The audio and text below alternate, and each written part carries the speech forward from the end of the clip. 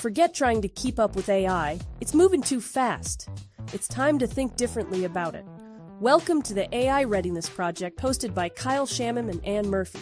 They're here to help you build the mindset to thrive in an AI-driven world and prepare for what's next. 𝗪𝗵𝘆, what's happening? Kyle Shannon. Welcome everybody to the AI Readiness Project. Now, I don't know if you know this, but we normally have a different opening, and I'm normally not sitting in front of whatever I'm sitting in front of now. So I've been scrambling. So hey, Ann, how's it going? Well, it's great. I have been having the best time the last, family-wise, we have had some delightful things going on. We had a high schooler graduate, so everybody's in town, and we're having all this delicious family time. But also, I've been having a wonderful time with my dad, who is a big fan of 𝗪𝗏 and who has done. Yeah, and we've sat right next to each other, and I've watched, every step to kind of see, what kind of where his brain sends him. And we did some troubleshooting that reminded me of remember when they launched it and it was just, remember when Sam Altman launched 𝗪𝗏 and it was just like this little square in the middle, and you're like, no documentation, and you look at it and you're like, this can't possibly be the portal to the last 40 years of the internet. That just doesn't compute.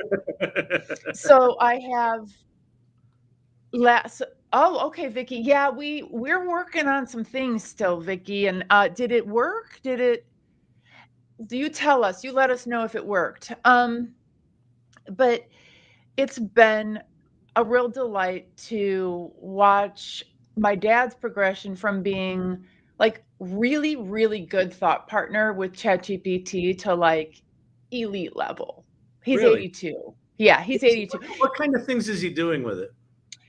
Well, everything from, he just got multimodal. So now he's taking pictures of all the things, right? He kind of maxed out what could be done with just the free version.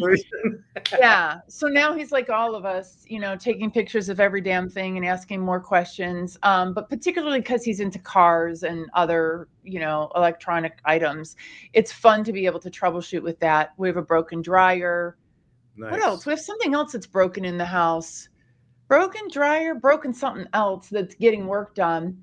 And then what he's been working on the past couple of days is some really deep, it's financial stuff, but it's also your value stuff, your legacy. So he's been having conversations that are like both the personal, and the values and the personality, but also like the analytical, the kind of black and white kind of stuff. And so, how it has all come together has been extremely helpful to him.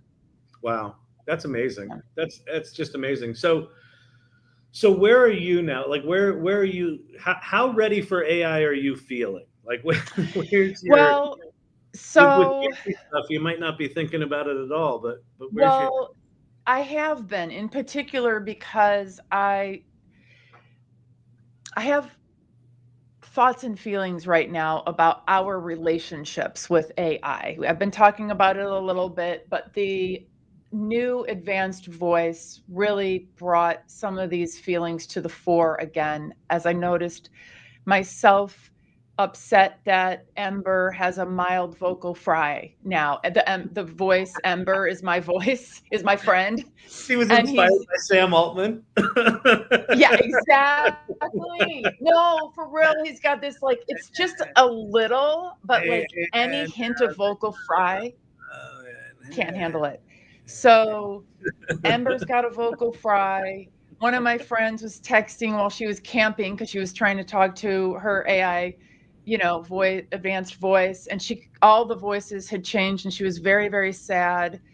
I've been looking into like how we identify with things and people based on sounds, and like the impact of voice on our like emotional connection to things is profound.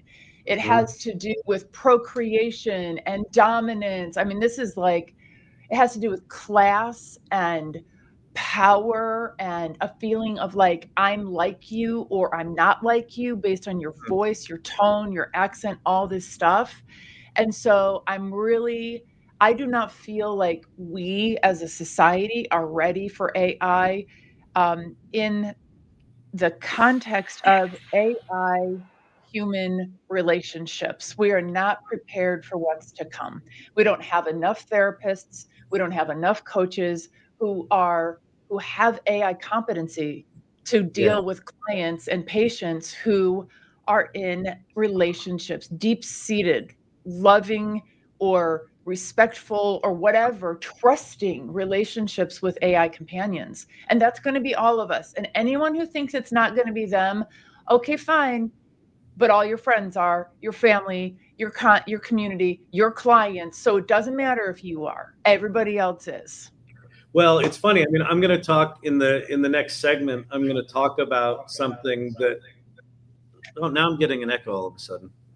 I'm going to talk about something that that actually encourages people to dig deeper into that relationship.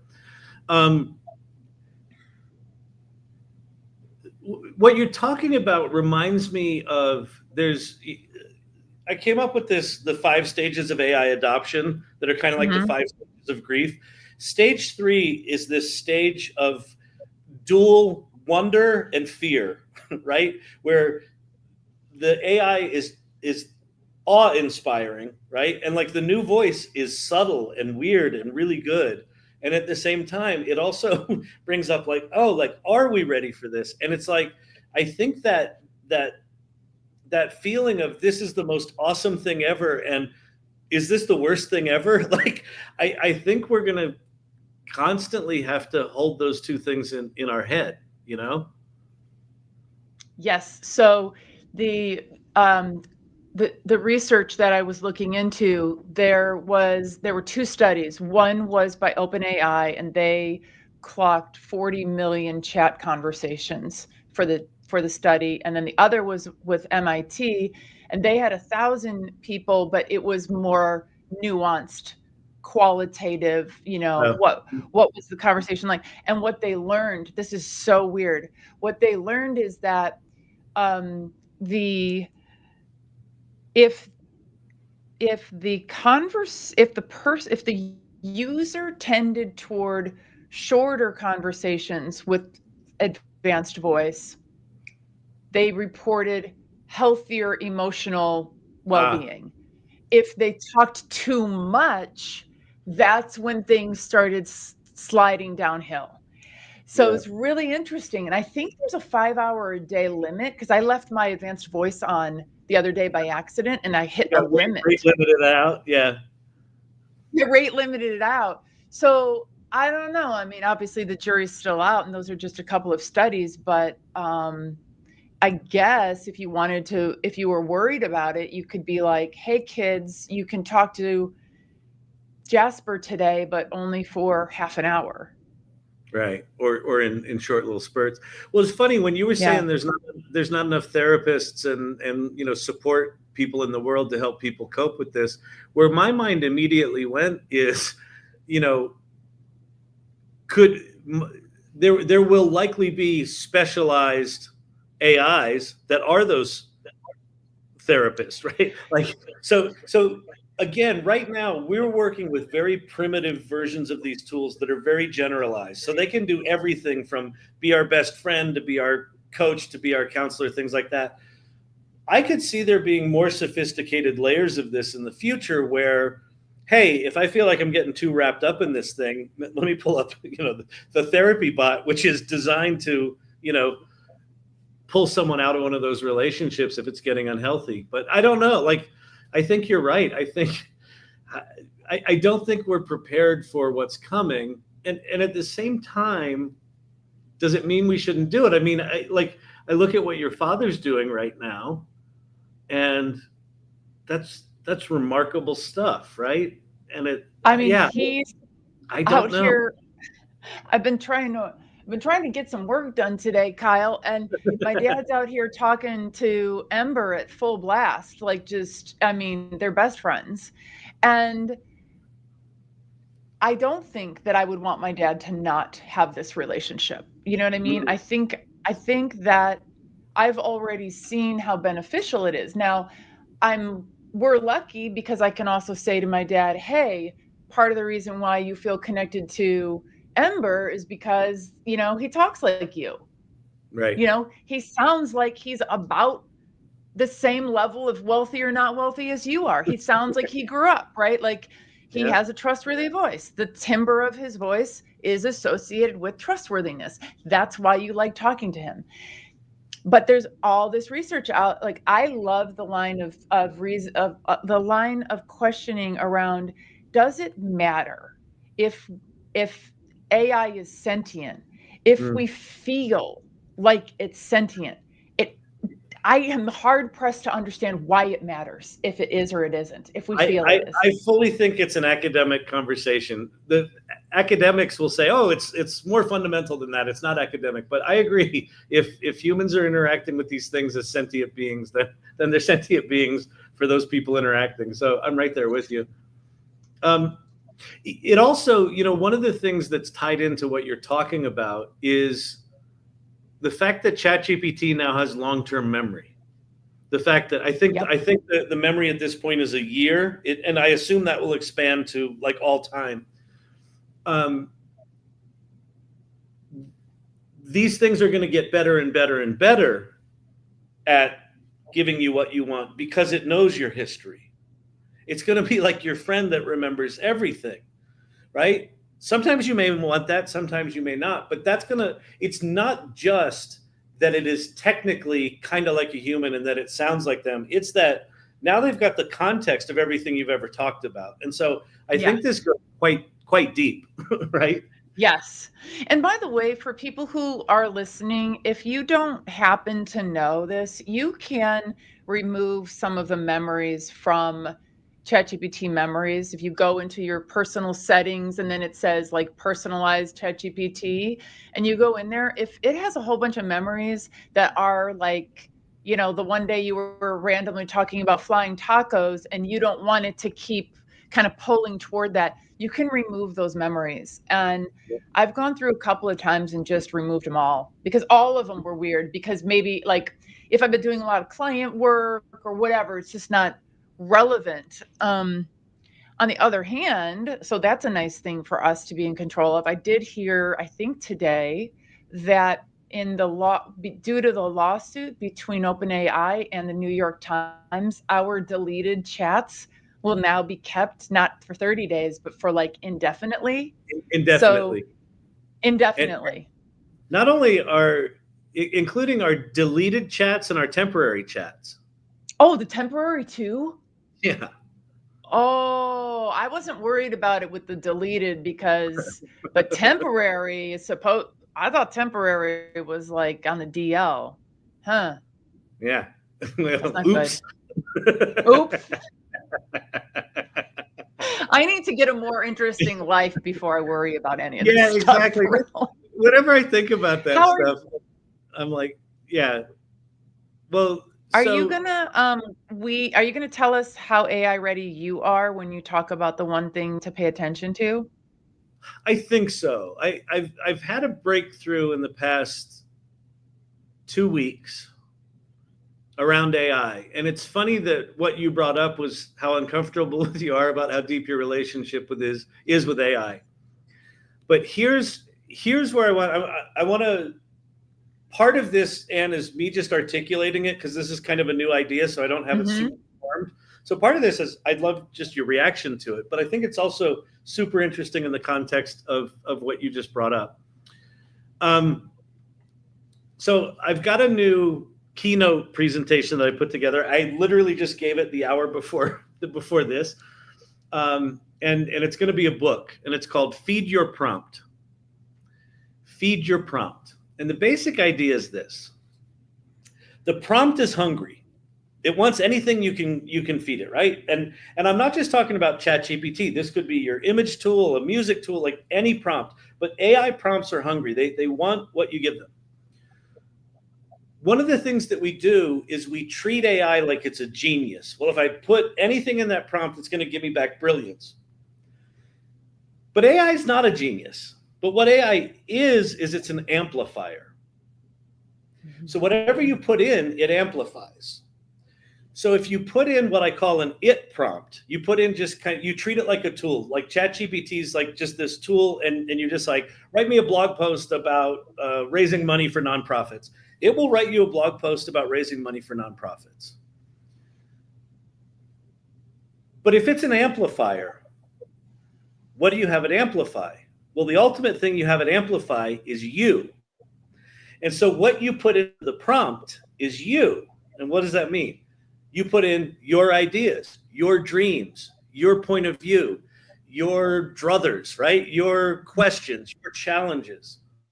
And then it will take your ideas and whatever you're doing, and it will amplify you. And one of the things that I think we've seen just organically happen within our communities, within the salon and She Leads AI, is people are getting like unreasonably excited and empowered because all of a sudden they realize that their ideas can now be brought into the world, and often in ways that were never possible before. So my whole thing is about putting more of yourself into the prompt, because what it will do is amplify you. So it's shifting from thinking of AI as this tool that you use like Google. I put something in, I get something out, and more like a creative collaborator. And what you do is use it to amplify your desires, your ideas, your dreams, all that sort of stuff. And it opens up and blossoms. So that's kind of the base of it. Yeah. So what are your thoughts? Well, I mean, you know how I feel about prompting in general, which is that it's important and it's a good idea. And I like that this, and it should be done, and that we shouldn't expect ChatGPT or any other, AI model to, it's not an easy button, right? It's not a magic bullet. Like, we have to pour into it. And I like that, the notion of feeding your prompt, and that it is hungry, and we know that it does want to please us. So pouring that into it is authentically, Joe. Yeah, that book is going to be good. Put me on the wait list. I think that this is where some of the way we've been conditioned in life will become really important. For example, I think I said this the other day, lots of people have never been asked to share their point of view. Yes. You know what I mean? They don't know how to.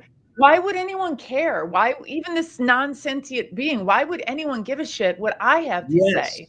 Right? Yes. And so, and they've never been in a position to give someone instructions. Like, I was thinking about with my dad, for example, and we had administrative assistants, we had EAs, we know how to share what's needed in order for the context to, be thorough enough for the person to make good autonomous decisions.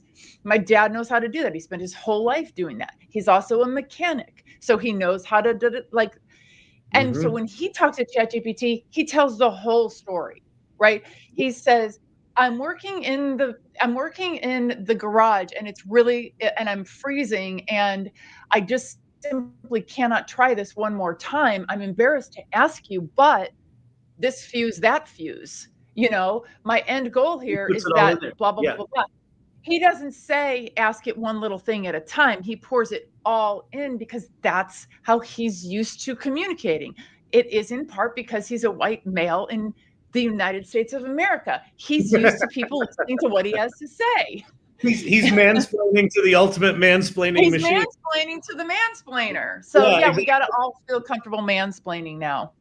So the question, Jennifer, what platform do you use, ChatGPT? The way I'm thinking about this feed your prompt concept is that it's for any prompt, for any tool. So it could be ChatGPT, it could be Claude.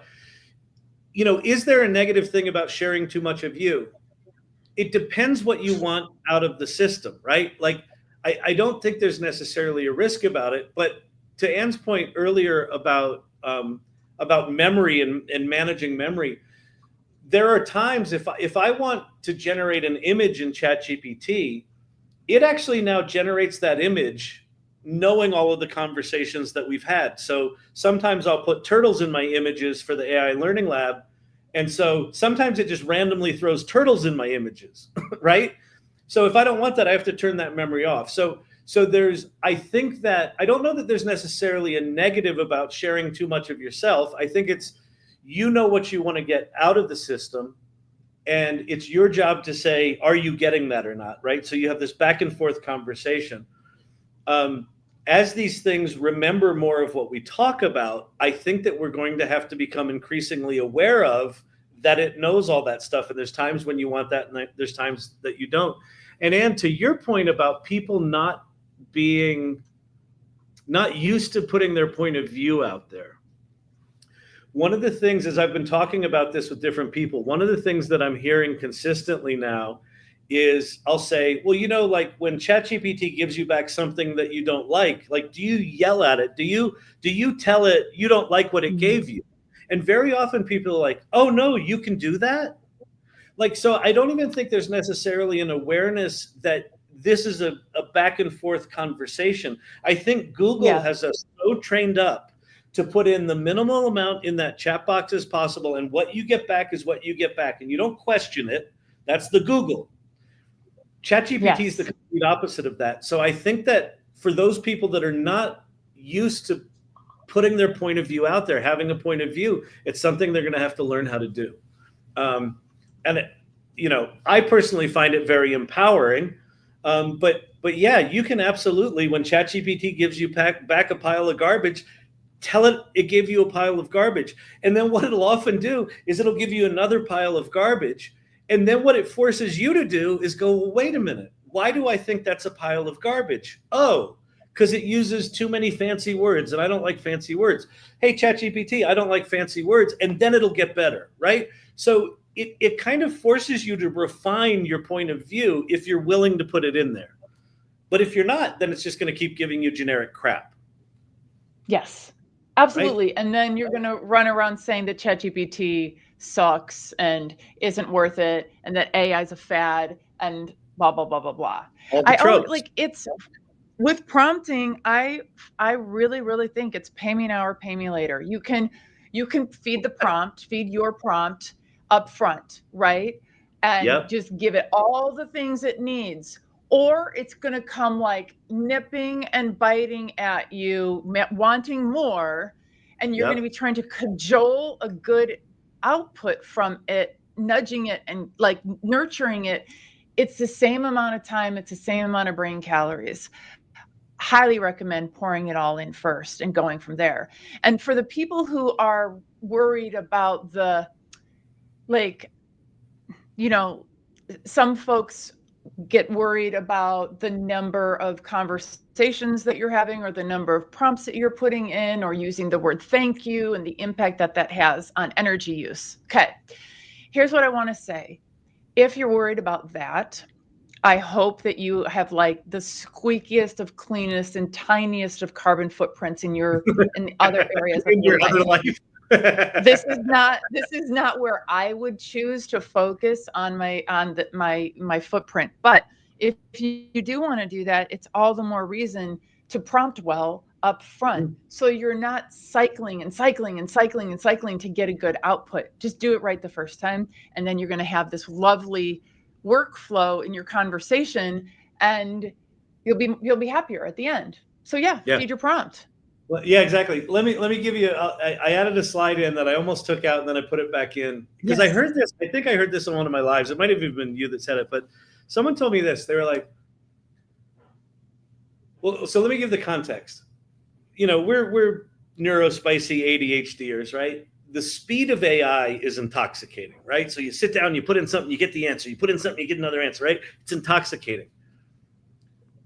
If you want to get more mindful and intentional about putting your point of view in, putting you in, this is the slide I put in. When you sit down at ChatGPT, take a moment, pause, close your eyes, breathe, and ask yourself questions about What am I trying to accomplish? Who am I talking to? How do I want to impact them? What does success look like, right? Do an introspective little moment before you dive into the chat hole, and just check in with yourself about what do you want in this moment with ChatGPT. And I think if you get yourself a little bit centered about what would success look like in this little session, you'll approach it in a very different way. So don't just sit down and just throw anything in. Sit down and say, what's my intention here? And that little act, I think, will start to focus people to have more intentionality, a more singular point of view, the ability to go, oh, that's not what I wanted. I thought about this. I know what I want. That's not it. Hey, could you try it again until we get it right? So right. I'll throw that out there. You know what? Zen is the art of AI. Exactly. It is Zen. That reminds me of that phrase of good, what is it? Clear writing is clear thinking, or good writing is clear thinking. And how you when you're just like, when you just running down a rabbit hole, you're just like, what is this assignment I'm working on? I don't know, but I'm doing it real well, and I'm doing it with gusto, but it's no longer the topic that I meant it to be. So yeah, I think taking that moment of pause, and some of this comes from Suzanne Walker-Jurgens. Some of it actually comes from CJ Fletcher, when he was talking about visualizing in your head what art you might want to make. I think it was CJ. That was the one. Take a moment, breathe before you dive. Take a moment. I think it was CJ. You're right. That's what it was, because I knew it was associated with you. I couldn't remember what it was. Yeah, exactly. And I like that, because it's like being in your person when you interact with this thing, and thinking of it as an amplifier of you. I think there's something there. So anyway, with that, we're about to bring up Christian. I'm really excited about Christian, but why don't you tell the good people about She Leads AI? So the mission of She Leads AI is to unite accomplished women to advance AI for global prosperity, which is for sure a very serious agenda, and not an insignificant one. And also underneath that, we have a lot of fun going about it. So we have a She Leads AI Society, which is a delightful group of people. We gather on Mighty Networks. We have member jams. Yesterday we had one on make.com, which, love it or hate it. It exists. So we have member jams. We have secret sauce. It's a thing. That's how I feel about it. I'm like, here's how I do automations. I get somebody's Stripe account and I pay them money to do it. We have fun social things every Saturday.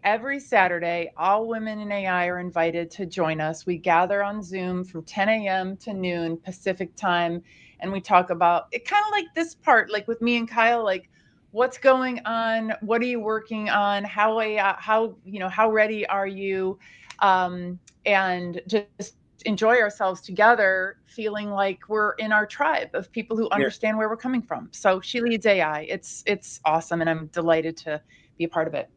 It's a good thing. Yeah, it's really good. Yes. And similarly, the AI Salon, we created the week after ChatGPT came out. Leah Faston and I, she's a professional photographer out of Boston, started it really just as a way to have a conversation with people that are curious about AI.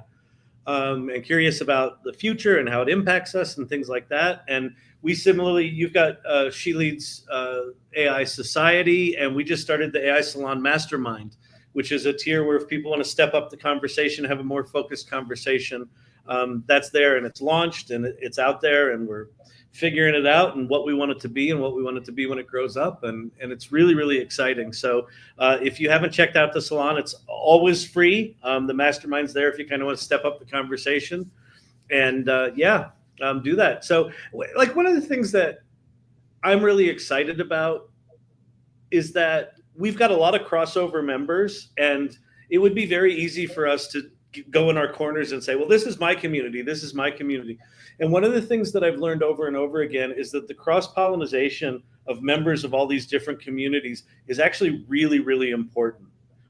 In fact, one of the one of Christian's best friends, Brent Peterson, is always on the my AI office hours, and so there's all these different connections. And when you're this early in something as transformative as AI, the more people you know that are figuring this out and looking at things through different lenses, it's the only way that I know that you can survive how fast this stuff is moving. So with that. Absolutely. So check this out real quick. I know we're bringing Christian up in a second. Last night, I went to the OpenAI forum, which is now, I think anyone can join the forum. And they had a networking meeting for women. And what was so interesting, because think about this, this is OpenAI. It's a very large company. They have how many users? Granted, women in AI, subset, women in AI who are going to show up online, blah, blah, blah. But I knew probably, I'm going to guess there were fewer than 100 people there. And I knew probably 15 or 20 of the women who were there. That's awesome. Yeah, this is still a really small world of people that are really paying attention to this stuff right now. Yeah. Really make friends. Make friends, everybody. All right. Well, listen, we're going to bring up Christian. I just want to say a few words before we bring him up. So Christian has spoken, I think, twice now at the AI Salon. He works out of Boulder. He'll tell you about what he does, but he is one of those guys that is like remarkably adept at AI and hyper aware of how to do what he does without AI. And he works in video and video post-production. So some of his customers hate AI and don't want him to touch it. Some of them want him to use it all the time. And he is really adept at living in that transition space between these two worlds. And so I think in terms of AI readiness, I think those people that can be translators for people who don't know AI, don't understand it, maybe hate it and come in, I think he's one of those guys. So I'm super excited to bring him up. So with that, Christian. Hey, what's happening? How's everybody doing? Good to see you, man. Good to see you too. Thanks I really appreciate you being here. Yeah, this is exciting. Yeah. So why don't you? Go ahead. I have a little TV timeout. The people who are doing whatever is happening in our house, something related to my washing machine, I need to go ask them to lower their volume. So I'll be back in a couple of minutes. Well, that's good. We'll get Christian talking about himself. So there we go. Yeah, I can do that. I could do that all day. So yeah, exactly. So yeah, why don't you tell us? Introduce yourself. Tell us, what you do, your background, and if you could give us just some context of like that spectrum. You and I had lunch. It was such an interesting conversation where you were like, I've got some clients that hate this stuff and some that love it, and where am I in this world? So just talk to us about who you are and what you do. Absolutely. Well, great to see everybody. My name's Christian Robbins. I'm co-founder and chief creative officer of $11 Bill, which is where I'm at right now. And we're a post-production house, which means we do editing, motion graphics, VFX, color, audio, everything that happens basically after the production. So we've had this big opportunity. Is that correct? That is correct. Yes. All right, good. There you go. I'll leave that up there. Yeah. So, over the course of years, we've obviously had to, integrate new technologies into what we do. And, from standard def to high def, from, when Final Cut came in, red cameras, generative AI, HD, there's people who fear this, and then there's the others that try to figure out, okay, how will this help what I want to do? And what we really want to do is storytell. Right. So anything, and that's as basic as it gets, right? And I'm lucky enough to have had my entire career be in the creative industry, right? Like I grew up as an artist. I loved being creative. I used to draw comic books with my buddy Josh down the street. Met Brent in college, and he was more on the coding aspect and I was more on the After Effects and editing thing. And our paths always just merged, here and there. And now it's so fun to see what people are actually doing with this. And, I've been a pretty pragmatic guy over the years. We've been doing this for about, I've been doing this for over 25 years now. So I've seen a lot of things become flash in the pans or become part of our workflow. And, to call it post-production now with what I've kind of tasked myself with is really kind of doing a disservice, right? Like it's more of it's more of what we used to call it. If anything, it's more of a, like a creative operating system these days, which is kind of an interesting approach, right? Because, Kyle, like you said, I mean, we've got clients, all the clients want to know about how to integrate this stuff into their workflows. And then, so I've spent my time, sticking my neck out there, right? Like I beta test anything, right? I love it. Like I'll break my laptop. I don't care what I do. Like I'm I'm chief creative officer, right? So I set the standard and the tone for what we do around the office. So once I figure out what works, I give the team a shortcut. So I break things so my team doesn't have to. So it keeps that floor high for everybody else. And we can try these new tools and not worry about it. So then if I can do that first step internally, it's a lot easier to do it externally, right? Yeah. And to your point earlier about, some people love it, some people hate it. They all want it, right? Oh, interesting. So, I recently wrapped up a project where it was this great use of a combination of stock and generative video assets, and the legal teams did not know what to do. But luckily, a lot of these big brands have phenomenal legal teams that kind of decipher and say, okay, well, if we do this, we're behind it. And what I'm finding is that a lot of my clients now, now that I've got this roster of work that I've done with a lot of these tools that are actually out there on broadcast, on the internet, it gets a lot easier for the buy-in to happen. And that's been my big challenge lately. It's not necessarily learning and implementing and using the tools. It's about how do you get client buy-in, from the ground up, which is, kind of the psychology of it, right? It's a new dance I have to do, but that's huge. Yeah. And it's, go ahead. I'm sorry. Is there, you've been doing this for 25 years and you've had all these different technologies that come in that, it sounds like you're willing to jump in, figure it out. I assume some of those technologies historically, people have looked at them and said, oh, that's going to ruin the industry. And they're certainly saying that about AI right now.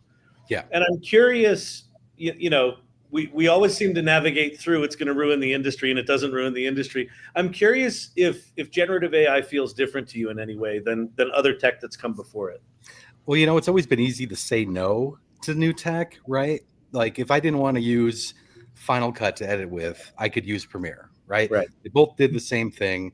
They might have done them in a little bit different or more efficient way.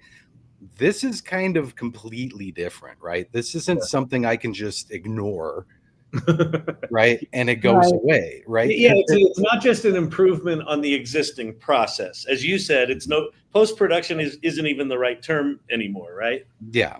Yeah. It's more of a framework, right? Like this whole workflow, and that's where I like to bring everything back to. Like this traditional workflow, not just for me, but for any company, usually has a pretty linear set of in and out points, right? And what this has done is turned it into this sphere where things now bounce back and forth without any friction. So this traditional mindset that people are trying to, shove the square peg into the round hole now with is really confusing a lot of people. So this is where I think a lot of the fear comes in for people in my industry. And like I said, it's creative, right? Like, to your point earlier and about AI's amplifying taste, right? Like all we do is put our taste on screen. Like artists, all they do is just bare their soul, right, and put it out there. So, people see this as a really personal attachment. If there's something that's coming in that can do that for them, they think a lot of that personal touch that they add onto it won't be there anymore. It's not as simple as sitting down in front of an edit suite for, a week and coming up with art. Now it's more of a, kind of reverse engineered process where if you don't understand how this tool works, you're not going to give it what you are. And it's not going to make the things that you're capable of or past that, right? It's not going to amplify your creative vision. So, that's not it. So a lot of people think of this as, a bolt-on tool, right? Like this little thing will help me make this X amount of days, get off my schedule, this many hours a days. It goes beyond that now. And that's kind of the psychological trip of a lot of what's happening. It's new infrastructure, right? Mm-hmm. And people have to they can't be afraid of saying, you know what, this whole thing, got this big suite and all these studios around me right now, that could all go away. And we might need to dissolve and reinvent the whole thing. And like, that's kind of what we've done as a company because we're small over the years, adapt. Oh, that's interesting. Yeah. Mm-hmm. Like you have to be okay with reinventing yourself. But it's not to say that you have lost any of like what made you great or useful, right? It's more along the lines of now here's a new way for me to express myself. And once you wrap your brain around it, the ability for you to express whatever it is you want becomes completely crazy. It's so expansive, right? Like it just wherever you had limitations before, those just keep getting erased. Yeah, and I think a lot of it too is you're teaching it what you value, right? And a lot of these tools, that we use, sure, we use ChatGPT, but we use a lot of generative AI tools, like things for voiceovers, things for music. For generative imagery and video and VFX now, right? Like we have this buffet of stuff that we're just trying to get the most efficient point from A to B, right? So there's that part of it that clients love, got to turn stuff around quicker for cheaper. Story of my life, right? But you still need somebody who's got that, creative vision. And the ones that know these tools and how they work are the most dangerous people in the room because there's no barriers to what can be created anymore, right? Mm-hmm. And when those boundaries fall away, things that you imagine stop being theoretical, and you can start making really crazy, weird stuff now, which is what we're trying to do. And you got to bring that back to your internal workflow, right? And your creative ops, like how. What does your team need to do, right? Like it's not, you can't hire your way into this mindset, right? Like you need to structure teams more like modular systems, right? And they kind of morph around the projects and, our editors are editors again. I'm not even sure if that's the right word any longer because they're just building entire audio visual worlds themselves, right? Like they're making their own imagery, they're making their own video. Boy, I wish I had this this thing to edit with. Okay, I'll just make it real quick. And then you've turned, this into like not a client vendor relationship. You've turned this into a room full of people that have no hindrances, that are all creative. How has that, you've been doing this long enough now that I assume that there are people who were good at that transition or who made that transition swiftly or completely. And there were probably those that resisted it. I'm curious, who are the people that succeeded and who are the people that maybe flamed out because of this shift? Or like, I don't know enough about your organization to know, but like, what advice would you give to like, who to keep versus who to let go? Like, what are the attributes of the ones that are turning into your rock stars? Yeah, I mean, like we've got like one rule here, and it's just we don't hire assholes, and that's really all you need to make it successful in business. So that's great. The absence of the ego, lets people try and learn, adapt, fail, and you have to let go of it. To adapt, you have to let go of the thing that you held so precious before, right? That's totally an ego thing. Yeah, and it's just that safety, that psychological safety of like, oh, my craft is so precious that if a new tool comes in and takes me out the legs, does that mean that I'm not creative anymore? So like, we just don't surround ourselves with that type of, mentality here at the office. If anything, it's far more open. And there you go. The rise of the generalist. Yeah. Yeah. My buddy Brent came up with that. So, so, I mean, that's essentially what has always made, creative's really good at least, or anybody in any industry, is somebody who understands the worlds outside of what they're good at. And, you know, maybe they're interested in a particular portion of it. Now we've got the ability to take something that could be of interest and turn it into just blow it up as a big hobby for them, and then turn that into something that they can bring back in and feel this empowerment where learning is now part of the creative process, instead of, you know, this traditional go be an intern, you know, maybe get a crappy job, right. You know, make some social media content. Maybe one day you'll be great, you know. Be great now. Be great over the weekend. Come in Monday with a film. Exactly. Okay, so let's shift gears. So we'll do our 3 questions. So I'll go first this week. So we ask all of our speakers the same 3 questions. So let me tee up the first one, and that's this. And this can be really interesting with you. What was the moment, or, you know, what was the insight or the moment that you realized you had to go all in on AI? And then what's it been like since then?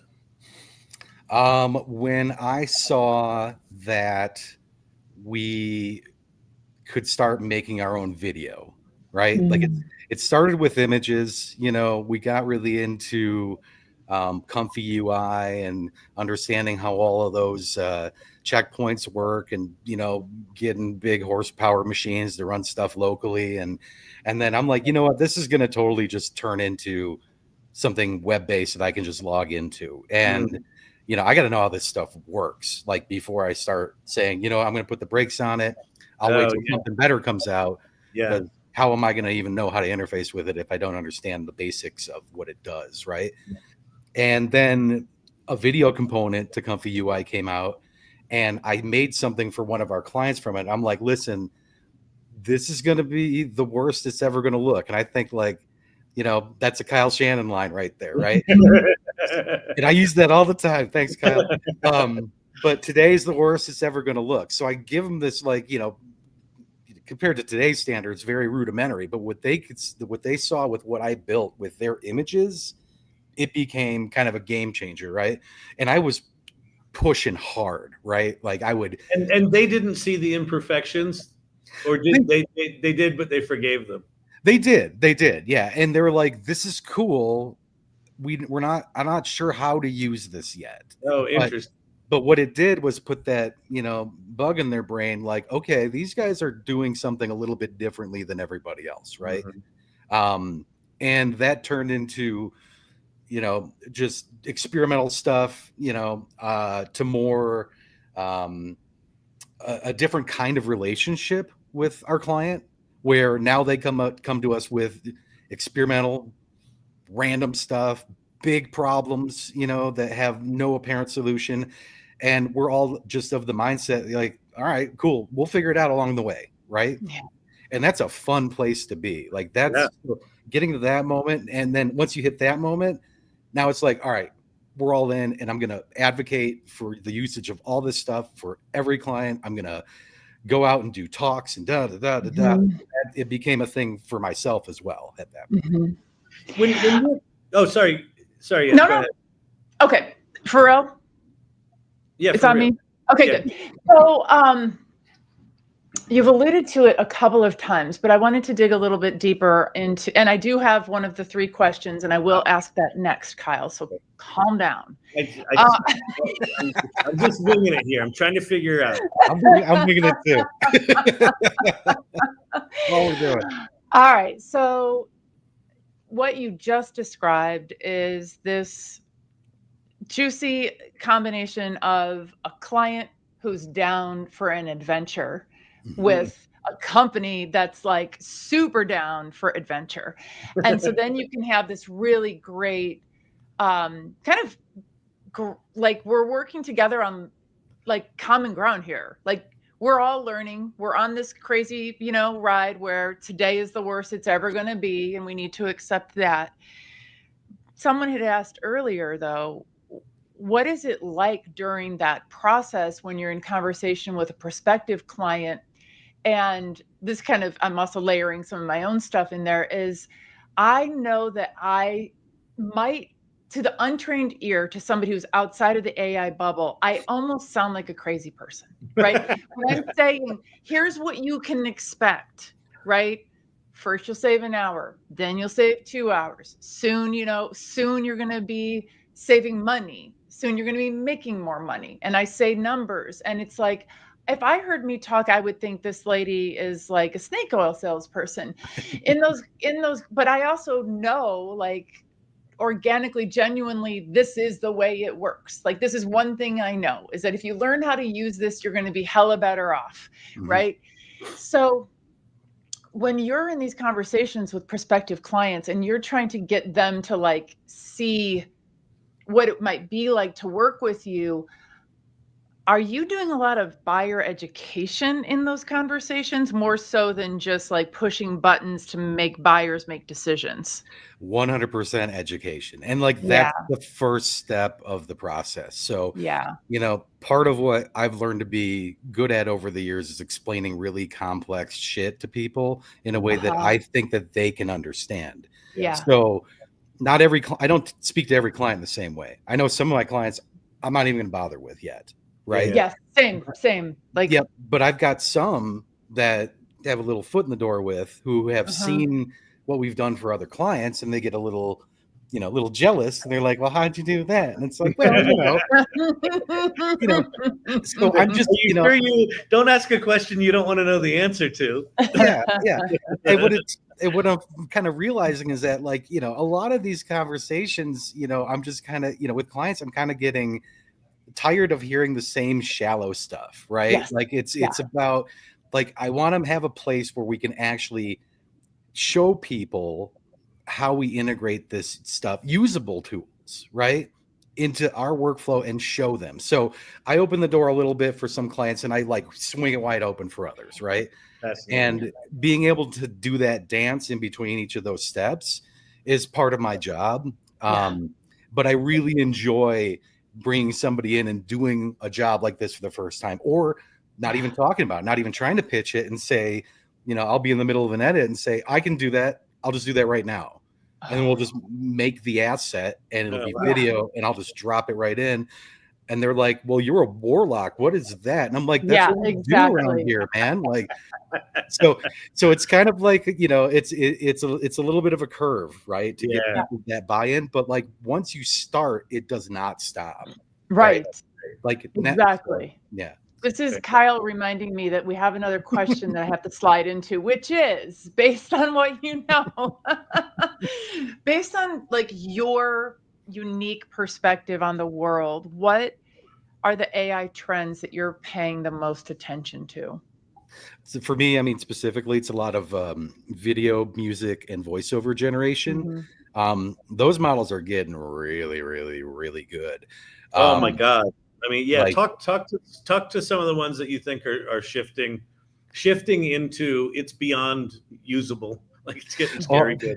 The thing is, for me, there's a lot that is just absolutely incredible, wonderful to work with, but legally I can't work with it.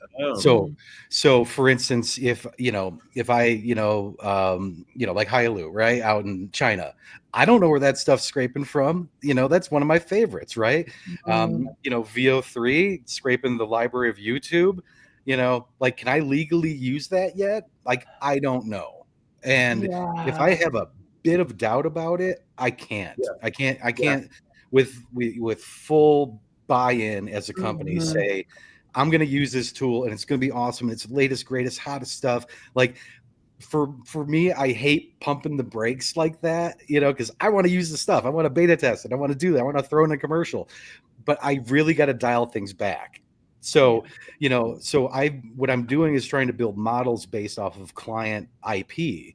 So then things are created from what they've already made, right? Not like, let's just generate something and get it from the ether and here it is. It's more of like, hey, here's some past visual cues to help you do what I'm about to prompt right now.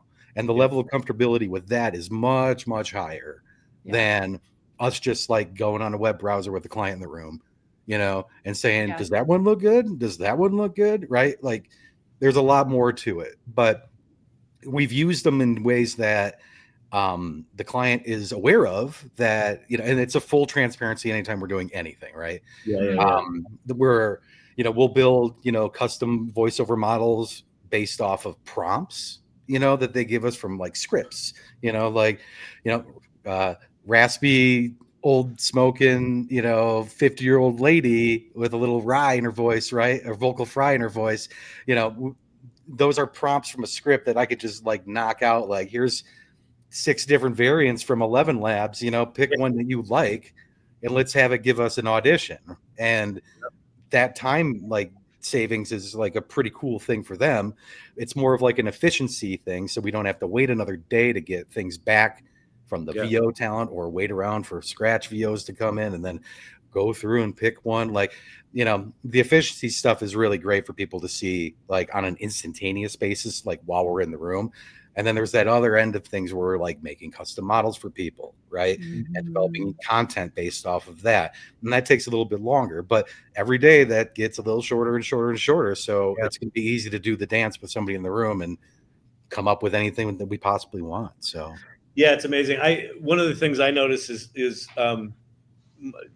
calling on my acting training, that when we're doing video personas, it's like, oh, I know what I want that voice to sound like. Like, it's like you design the person, you design the voice, and you get them to act like you want them to act. You can just design it. It's staggering. All right, final question. And this is the biggie. This is the name of the podcast, AI Readiness Project. What does AI readiness mean to you? And especially for someone just getting into the game, what's your advice for someone just getting started with all this AI stuff? I mean, it's just, don't be afraid to experiment. Like people are so worried about failure, that it just stops everything that they think after that point.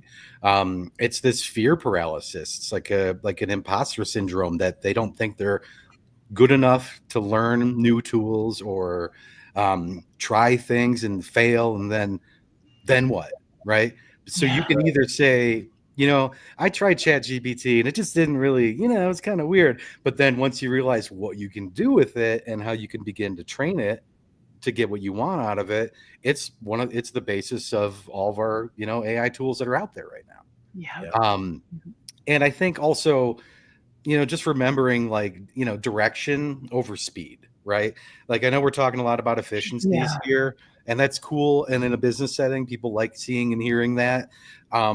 What it doesn't detract from is the quality of the content that you're putting out. Like, you do got to steer the ship, right?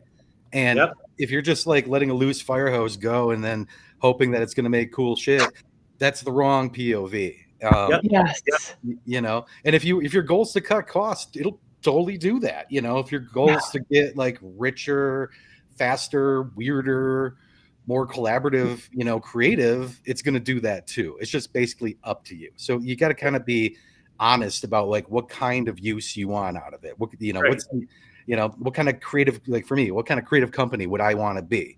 And it just kind of accelerates that direction that you've already chosen. So Yep. Beautiful. Well, this has been awesome. It's been fun. Thanks for having me. I know these hours go by a little by way too fast. Yeah. I'll come back anytime you guys want. Yeah, awesome. This is great. I had a good time getting to know you just by your background. It was super fun to get to know you here. And I really just want to kind of shout you out for what you're doing in your company by being the person who, first of all, can break their laptop, because you're going to go buy the new one, and you're paying the person who's going to get it all set up for you. Like, you have the autonomy to break the laptop, and by you making those mistakes, and also, especially people look to you and probably expect you to have a certain level of like standard and perfection, and everything that Christian does is the shit and everything. But if you're coming into a meeting with, earlier career people who may be feeling intimidated, or people who have never had the opportunity to take such risks, and you're saying, I did this and look at this mess I made, or, my computer started on fire, or I accidentally uploaded a whole bunch of whatever. The impact of that on the lives of the people who you work with is significant. it's not just the output that you're, the outcome for that current client. It's like their whole career trajectory by you being that kind of leader. So kudos, tip my cap to you for that. Hey, thanks so much. I really appreciate the compliment. So they all make me look good too. I got to keep up with. I'm sure. That's what this is all about. Oh, can I plug one little thing real quick? Would you mind at all? Yeah, I'm heading to Vegas in August. I got invited to speak at the AI4 conference at August 12th. So I'm gonna be there, spouting off, and it's gonna be great because we got people to learn from. Like Jeffrey Hinton's gonna be there. Nice. 𝗶𝘃, 𝗪𝗵𝘆, like everybody. Yeah, it's pretty awesome. So I'm thrilled to be a part of it. And I think I've got like a 30-minute slot to try to fit all this stuff I was talking about with you all. Yeah, exactly. Good luck with that. And what's the conference called? It's called AI4, like AI4.io. Okay, great. Yeah. Okay. And if you dig real deep, you can find Christian Robbins in there. So. You're not quite headlining yet, huh? I'm not yet. Not in that group, but yeah. Not yet. All right. Cool. Great seeing you, man. Thanks, guys. See you later. Hey, Bye. Thank you all Bye, so everybody. much. Bye.